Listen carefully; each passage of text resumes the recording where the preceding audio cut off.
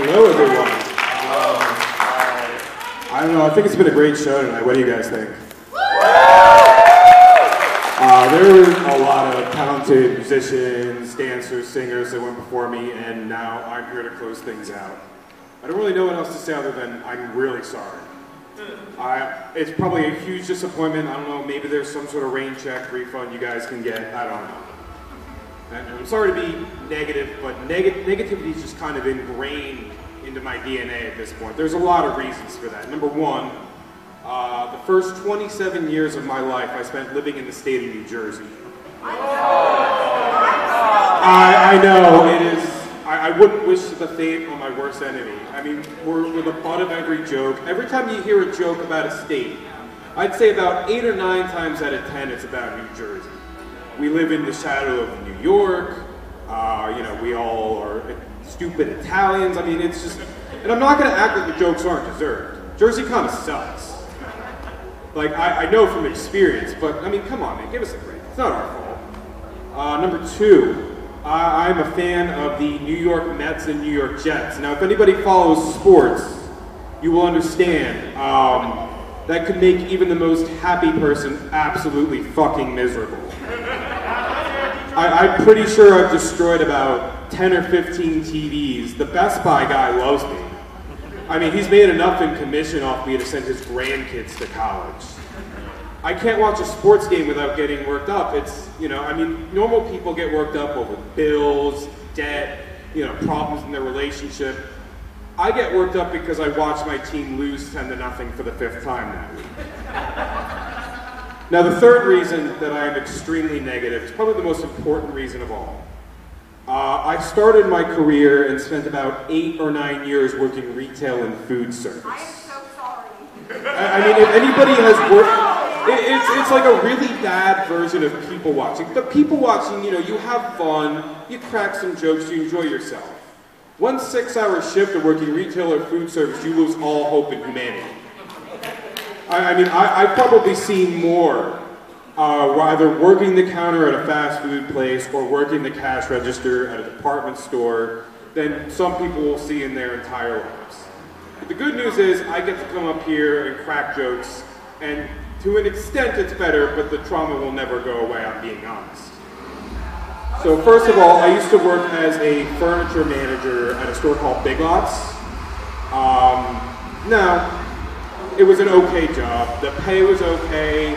You know, I had some responsibilities that maybe will help me on later in my career.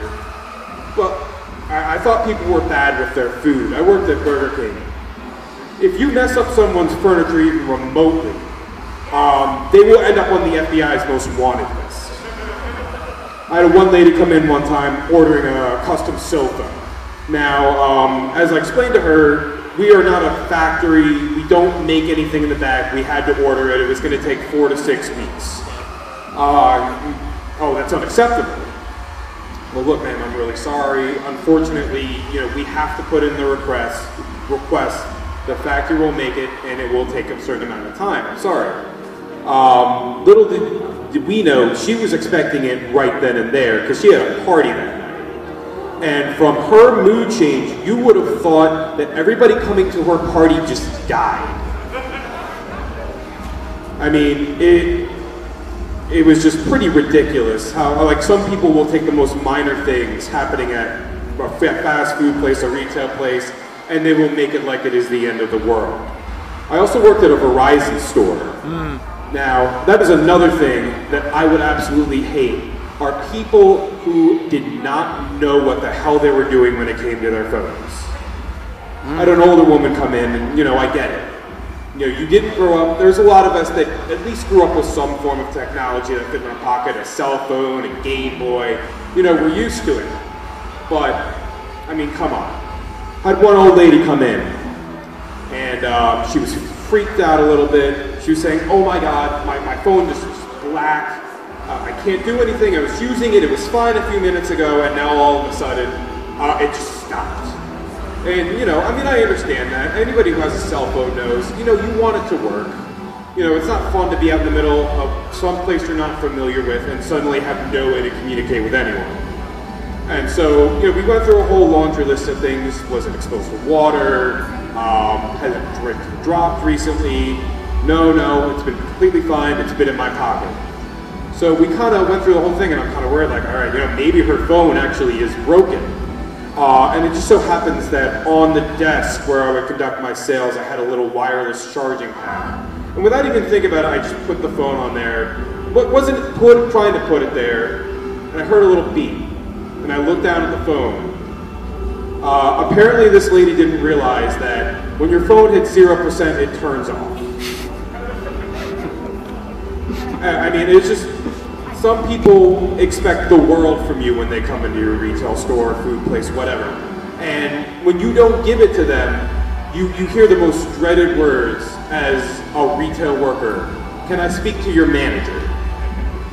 Now, as I said previously, I eventually did become a furniture manager at Big Lots. And the most beautiful thing was I was working a closing shift one night, and the poor cashier was sick. She had to go home, and I was just working the register until the store closed.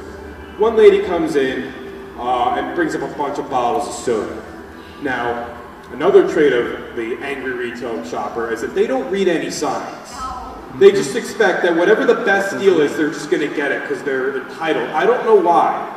I mean, it takes 2 seconds for you to read a sign and realize, okay, you know, I have to buy these sodas, not these sodas, in order to get this deal.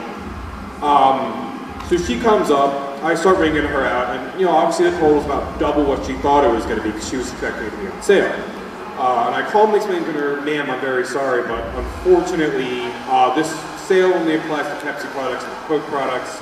I would be more than happy to, you know, if you wanted to get some Coke bottles instead, we could ring you out, you would get the sale price. Of course, that wasn't good enough for her. It never is for a Karen. So we go back and forth for about 10 minutes, and the store is actually supposed to have been closed at this point, so I'm already getting really impatient. But then, you know, at the very end, it made it all worth it. She asks, can I speak to your manager? And then my eyes just lit up, got really wide, and said, I am the manager. Thank you guys. I'm sorry that I wasn't an actual talented musician or anything, but I hope you enjoyed it anyway. It was a great show. Thank you, everyone.